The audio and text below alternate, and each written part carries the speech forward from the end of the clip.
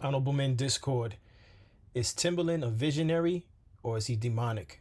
Let's talk about it. How you see yourself is how you perceived. I see a man strong, gifted, head strapping, never down on his knees, begging. Gotta make a way, even in my darkest hour. Say the odds against me was new. I would never cower. As always, welcome back to another episode. Big shout out to all those subscribers, for all those that hit the like button. If you haven't hit the subscribe button, hit the subscribe button, hit the like button. Also, a big shout out to No Mercy TV, No Mercy Harlem, for giving me this topic to speak on, because honestly, before I spoke to him, I didn't even know that this was going on. I honestly cannot keep up with all the content that's out there, even if I tried. But big shout out to him. So let's get straight into this. This person that you see beside me is the artist named Tata. And I'm assuming she's not a real person. She's an AI generated image. And she is the artist allegedly that Timberland has signed. I was going through putting this together, and there was an episode that I had on my phone, not on my computer, where this guy was where Timberland himself said he never said he signed anybody. He's just putting the topic out there. He's putting the idea out there, and he's still trying to formulate it and figure things out. He's like, people are running with it, but he never said officially that he signed anyone. I don't know if Timberland is playing games or not, but the particular episode that I watched again, that I don't have queued up, unfortunately, the guy who was speaking to Timberland on like a FaceTime call said that he was disappointed in Timberland. He's like, how could you? You know, it's very, he said it's very, I'm paraphrasing. He said himself, the guy said, it's almost demonic what Timberland is thinking about doing or has done, because Timberland has previewed a song that he did with an AI generated Notorious Biggie. So this is not Timberland's first rodeo with AI. Now I'm going to play these things that I have queued up. After each video that I have queued up, I'm going to speak on it, because this particular episode I can speak for an hour easily. All right, because now we're talking music, and music is something that it's been a passion of mine for a very long time. So this is just second nature for me. But I won't make it an hour, I promise. All right, I'm gonna go into each and every one of these. I'm gonna play it and I'm gonna speak on it. So let's get to it. We're saying the same thing. We're saying the same thing. Why would I try hard when I could just type it, and you're introducing 1,000 He's not people talking. who can type it? Are you talking? Nah, bro, I'm not talking about that. I'm not talking about that. Take What are AI you off talking the- about? You talking to take AI out. table. Take AI off the table. Right now, we don't have incredible music in the marketplace consistently. We don't. We have a bunch of copy and paste shit that don't have nothing to do with AI at all. Period. You know why? And Why? Because they never took the time to sit down and learn how to play the violin. I'm saying that from a certain perspective, but yeah. All right. That clip may not register with everyone. All right. What I think he's speaking of, the gentleman with the bald head, what I think he's speaking of is the fact that some people are threatened by this whole idea of the takeover of AI, and they should be. But the takeover really depends on what field you're talking about. Okay? As far as marketing is concerned, the takeover is strong. All right? Because I just recently saw something where Google had a keynote about some new AI generated system that could actually generate a whole commercial. As long as you have the right verbiage, the right words to enter into the, much like ChatGPT, as long as you are well, you're someone who can write things well, and you could what's the word, how I want to put this, with great detail. If you could word things correctly with great detail within ChatGPT, the images usually come out to your liking. much like GPT, the Google the Google system that they created, for lack of a better word, can generate commercials with great detail. Which is why when you look at the image of this girl, Tata, it's much like what the Google system could create, the images it could create. Now, to my understanding, this is the artist that allegedly Timberland signed. If anyone in the comments knows this image, is familiar with this image, and can confirm that this is not a real person, let me know in the comments. If she is a real person, let me know in the comments, because I want to be correct with the information I'm putting out here. But let's get back to this. So what they're talking about, the gentleman with the bald head, is that the music right now in the industry right now isn't great. And I agree, it's not great. It's definitely copy and paste.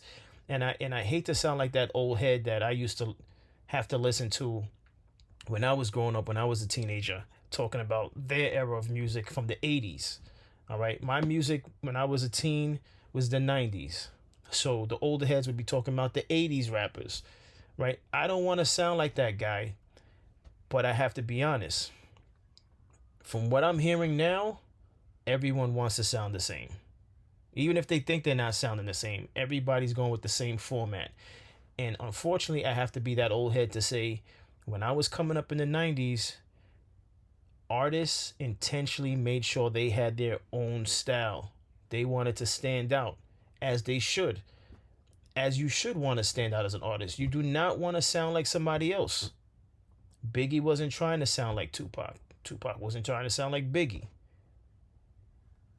Jay-Z wasn't trying to sound like Nas. Nas wasn't trying to sound like Jay-Z. Now, some might dispute. Some might say, well, Jay-Z did try to sound like Nas. I'm not here to do that. You know what I'm saying? But the point is that everyone had their own unique style, which is not what's going on now. The drill rappers all want to sound the same. The only difference is that some of them don't have the deeper voice as others. You know, the Chef G has a pretty much deep tone voice, somewhat like a Pop Smoke, you know. But then there's other drill rappers who obviously that's not their natural voice, so they can't hit those low notes, so they sound different. But the beat, the presentation, the dancing in the videos, it's all the same. You know, you could hate me for saying it, but show me something different. Someone send me a link where it's a different drill version, a different drill artist who's presenting different images in their videos. Show me something that's different. Men and women alike, it's all the same. No one has any type of originality, which is why it's boring. So, and that's my opinion. Yes, it is. And I stand on it 10 toes down.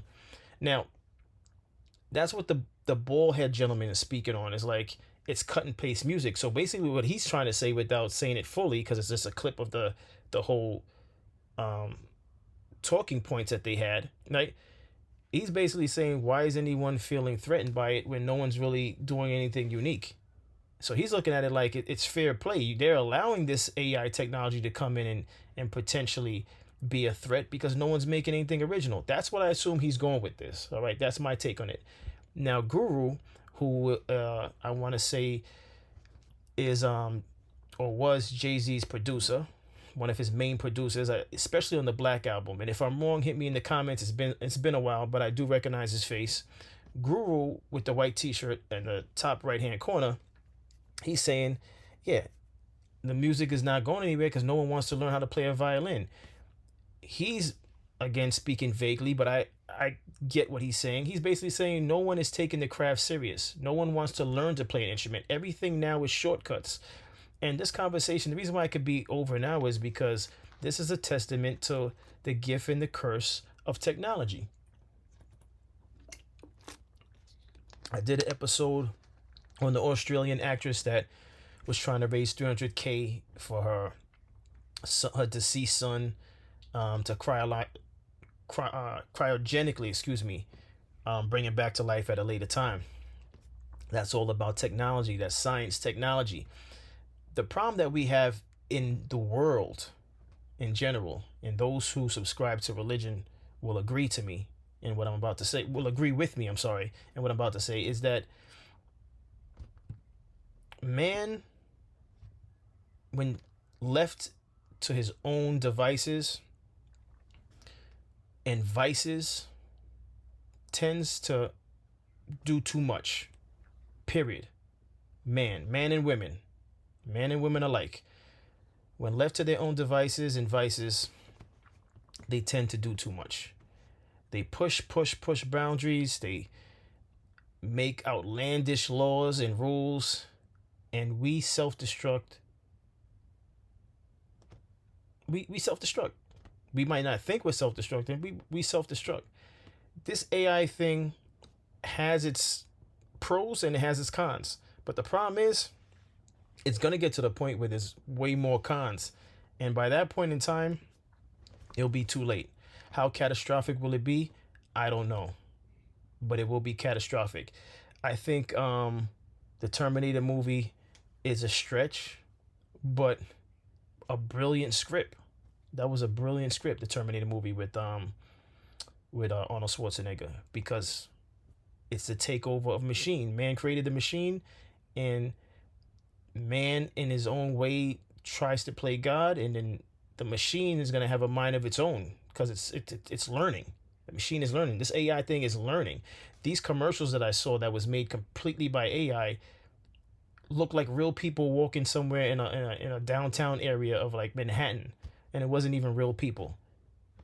And some people are like, oh, I could tell it was AI because the texture of the hair in the images. I mean, you have to be fine comb with the binoculars or magnifying glass to worry about the texture of the people's hair. The thing looked real. I was blown away by it. It's scary. But let me get into the next video because, again, I'm trying to make sure it's not an hour. This is Timberland speaking on the backlash he's received about this whole AI signing of an artist. Sometimes I be like, it just feels like, damn, but it's like building the gorillas or something like that. I said, but you know what? I don't think she should. She's an artist, but not a music artist. Yes, she has songs, but it's more about like, I want to get a script right. I was watching this guy. He got this called Fat Nigga Season.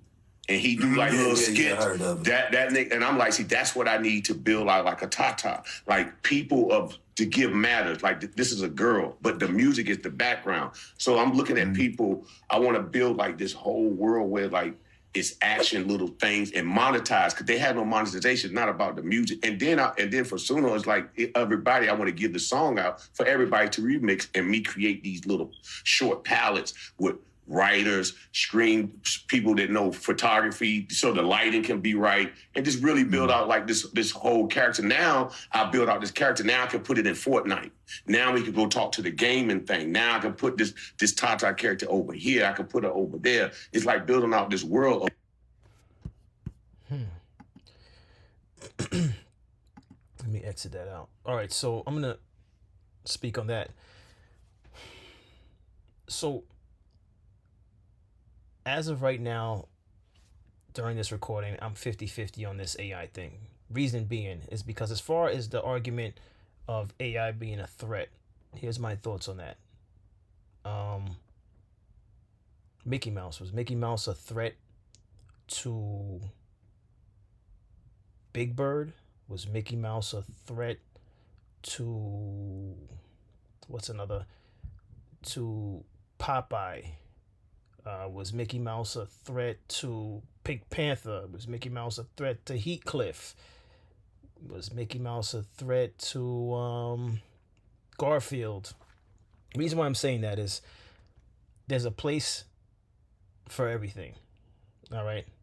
Now, for those that aren't fans of AI music, there's going to be some that are fans of AI music.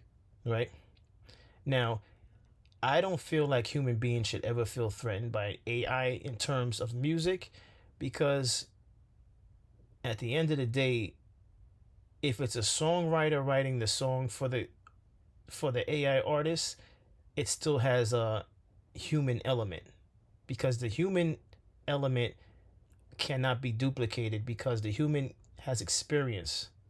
The experiences are what's poured into those words, into those songs. All right.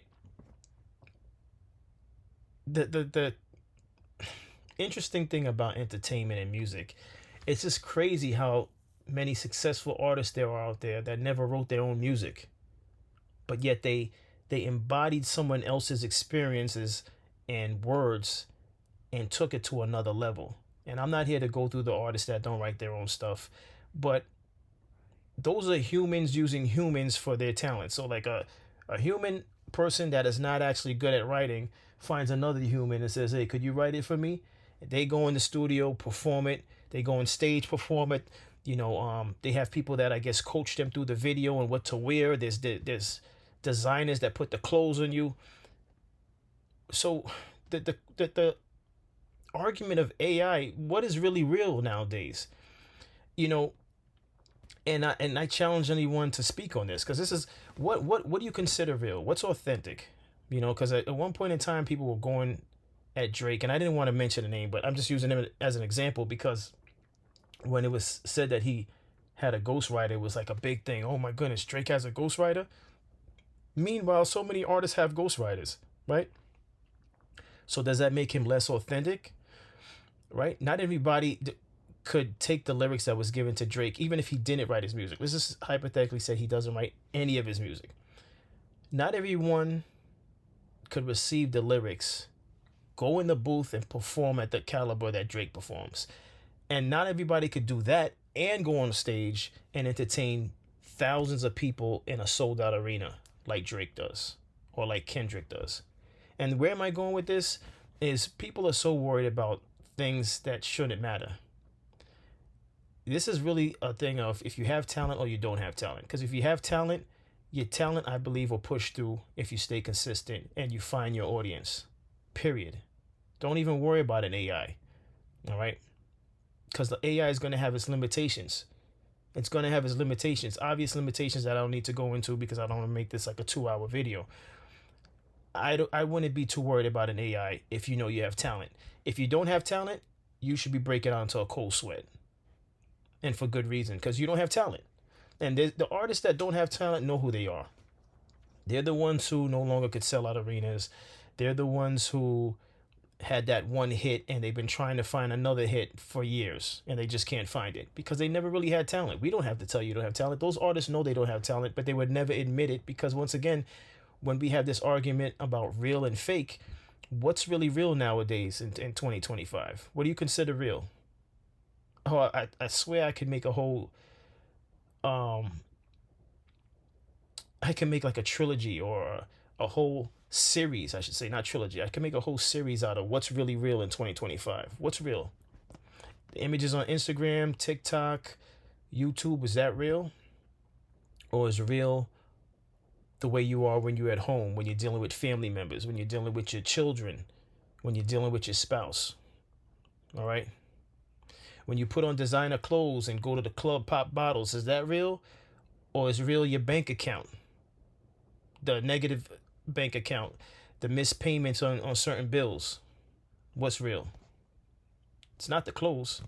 You didn't come into the world with chrome heart jeans. You came into the world shitting yourself and the doctors had to wipe you off and cut the umbilical cord. That's real. I could go on and on about this. I don't think people really want real conversation, but trust me, I'm all for it and I'm willing to take it there. And that's the separation I want to make known on this channel, is that when people are really ready to have real conversation, come see me and we'll talk about it. Not come see me in the comments. Let's actually sit down and talk and have real conversation where you bear it all, or not all, but you take it there. You take it. We have some serious real conversation, because I think a lot of times people act like what they want is real, but they don't want real. They don't want real conversation. They deflect and they just want to give you what they want to give you, but they don't really want to talk real conversation. But let's get into this real quick because I don't want to digress. All these tools of creation comes out that I can create this world. First of all, we can't monetize yet. We're still trying to figure it out, but don't create. So now that music has got diluted, can we create IP? Can we create this? You see a lot of what I'm seeing right now is the boom of writers. This is going to be a writer's booming era. Maybe not an artist booming era, but writers, because what AI can't do is write like a human. Music was the car. An artist don't even want to pay a producer for a beat. So you want me to stand up and artists talk like, bro, y'all get the beats off of YouTube type beats? What the freak is that? Yeah. I've been told y'all the YouTube beats are a scam. If you haven't heard already, Timberland just made this like really crazy move. Let me not say crazy, but he signed a presumably AI artist. I'm gonna stop that. Let me go to the next video. All of us in this room, we make a living doing music. We are privileged. Yeah. There are millions of people, there are thousands in the chat right now, indie artists that are just starting to try to figure things out. Now, what I'm trying to say is this. We can sit up here and say, I am not threatened by AI because we already make money doing it. We've already built ourselves in this industry doing this. But what about them? If it doesn't affect me, and if it doesn't affect us in this chat room right now, what about being a voice for them? That's all I'm saying. So you know what? Instead of saying, hey, go practice that guitar, go learn how to prompt. I don't want to be that person. And I don't want to be here saying, I already made my millions of dollars. So everybody else can figure it out. Go prompt. Go be an excellent prompter. Music still needs to live on. And it's people like you and me that need to say, we've got to figure out a fair way to do this. That is all I'm saying. And we've got to honor the hard work, the work ethic, the creativity, the love, the soul, all of the things that create music and why we're here today. Preach. Do not let that disappear and regulate it or find a way to make this fair. That's all I'm saying. We agree with your mom. We agree with your mama, Jane. Let's not lose focus. I know what you're saying. Don't let's not get too high on our horses. That's what you're basically saying. Like just think about the people coming underneath, and I'm like, you know what, you got a point, because you know they not where I'm at, they not who I am, they don't have the brain, but it still have the value. I have the value. I will say this. Tim, you already put in your hours. You already put in. I know. I get it. Jay, I will say this, and then I have to hop off because I have this meeting I have to take. But I just started a position at Empire, and it's literally what you're talking about. We search for, or we try our hardest to search for the best talent from all four corners of the world. We got almost 250 employees. We have boots on the ground in almost every country, and that's what we do. We're human. We do the human thing. I believe in real music. I'm on your side. We're all on the same side. What I'm observing from this is just a matter of how much or how little is AI a threat to us as human beings and creators. It's a huge threat. It's a huge threat. And that's what we're all trying to figure out collectively. I'm always going to be on the side. I'm always going to be on the side of human beings. Listen, we've never made a nuclear weapon that can make other. All of us in this room. Okay, I'm gonna pause it right there because I don't want to lose my train of thought. Now, I had a conversation with No Mercy TV, No Mercy Harlem. Again, salute to him for even giving me this information to report on, because I didn't know about this prior to having the conversation with him. One of the things I told him was that first and foremost, I told you I'm kind of, as of right now, doing this video, I'm kind of 50-50 on this. If you're talented, you shouldn't be worried about the threat of an AI. If you're not talented and you know you're a one-hit wonder and you have people writing for you all the time, yes, you're going to feel threatened. Why? Because the writers don't no longer need you. They no longer need to put up with the fact that you don't want to pay them correctly. They no longer need to deal with you underpaying them or paying them not in a timely fashion. All the stuff that happens when you're dealing with the human, all right? That's the reasons why certain artists need to be threatened by AI. In all fairness, I respect the fact that she's defending those artists that aren't at their level, haven't made millions of dollars. I respect that she's speaking for them.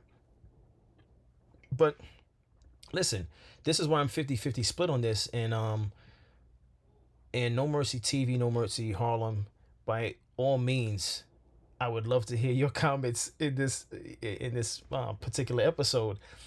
And we might have to run this back, and I'll do it on your platform and speak on this also. No one was concerned when indie artists started to really start blowing up. Do you know that destroyed the labels? And I'm not here to defend the labels by no means. The labels, as we know it, for decades, one would say robbed the artists. They made the most money and the artists got peanuts. So I'm not here to defend the labels, but what I'm trying to defend is the reality that, things change with time and you kind of got to move with the wave, right? When indie artists started realizing, I don't need to sign to a major, I don't need to go to Def Jam, I don't need to go to Interscope. I don't need to go to whatever was out. What other major was out? Aftermath or Shady Aftermath. The point is, when indie artists took it upon themselves to invest their own dollars and just go the slow route and make their money that way, although it wasn't on a large scale, you didn't have the large scale connections like the promoters or the venues that major artists would have. The indie artists found a way, and they get to keep most of their earnings. And no one was thinking about the labels and how the labels were getting worried about that. This is just the nature of business. So what this discussion is about is not just morality and whether or not Timberland is demonic for thinking about putting time on an AI artist. First of all, this is business, so who's to say Timberland won't do both? He could entertain seeing what he could produce for an AI artist, and he will still give production to human beings. At the end of the day, this is why I'm torn on this, because from a business standpoint, take the emotion out of it. On a business standpoint, it's business. So if anything, Timberland is putting himself in the forefront. He's having open discussions with other people in the music industry. He's making it public so that you and I could critique it and speak on it. When most people who do business, they do it quietly, they do it their way, they don't include the public, they don't care what the public thinks about it, they just go right ahead and do it. Consider that. Most business deals just get done, most corporate deals get done, political deals get done without the care of what the mere people think about it. This is just a fact. This is not even an opinion. This is a fact. Deals get done without any consideration for people, especially if you're not on the level to even be in those groups, in those meetings. So with that being said, don't concern yourself with those things. If you truly love music, if you truly consider yourself an artist, take the craft seriously and just stay the course, and what's yours will be yours. There's no guarantees in this life, but if you take whatever is that you're passionate about seriously, the fruits of your labor will eventually flourish, and you'll reap those rewards. And I truly believe that. And one of the things I told No Mercy TV before I forget is, the part of, as a producer, dealing again with an AI is you're not dealing with the human error. You're not dealing with someone who shows up late when you book time at a studio, or when you have it at your own studio. Like for some of these major producers, they have their own studios. They might call an artist over. The artist might be late, or I missed my flight, or I missed my car. You got to deal with that. Time is money. That's an old saying too. I got a lot of old sayings that come to me from time to time. But time is money. For some producers, it's like a relief. It's like, wow. So it could just be me and a songwriter working in a studio. They enter it into the computer, and we pick an AI character that's gonna represent this project that we're doing, and it sounds the way we want it to sound, the artist's voice. It's a win-win for them. I can't knock them for it, And again, that doesn't mean that producers across the world are gonna stop working with human beings. It just means that it's something new, and they're giving it a try. Now, can it be destructive to other artists? It may be, but if you're super talented, if you actually, like if you're someone talented like a Her, who can play the guitar, play the piano, I'm not worried about AI. Those artists that actually play instruments, write their music, perform their ass off, think they're worried about AI? Please. No, it's those of you that know you came into the music business because you just want to be famous, so you get some girls to like you, right? And you can drive some nice cars so girls can like you. You could be popular so girls can like you. So you could feel like you're validated because of the fame you have. You're concerned about AI. And that's why you're breaking out with a cold sweat, because you're like, oh, this AI thing's coming, but come on, people, what are we really talking about? Right? Let me get into I think this is the final video. No, it's not. So that's pretty much it, man. This is Tata. And what's your thoughts? What's your thoughts on this? I think my thoughts are cut and dry. I think it's gonna be what it's gonna be, folks. This is part of what we signed up for when we continued to embrace technology. And whether or not we embrace technology, it was coming anyway. Technology was destined to happen. You know, I've been fortunate to be around at a time when it was just beepers. Someone had to page you. You had to find a payphone. Hopefully, you had loose change in your pocket. You put that quarter in the payphone machine, and you get on the call for like a couple of minutes. And even that wasn't. You can't stay on a payphone for like an hour. You'd have to have a lot of quarters to do that. You know, I came from that to where we are now. Our cell phone, we could use maps on it. You know, you could use GPS, on it. Make phone calls, watch movies, watch Netflix. We came a long way. There's pros and cons to everything, folks. And the question is, how do you feel about this? But that's my thoughts on this. As always, I appreciate everyone for tuning in. Hit that subscribe button, hit that like button. I'll see you on the next episode.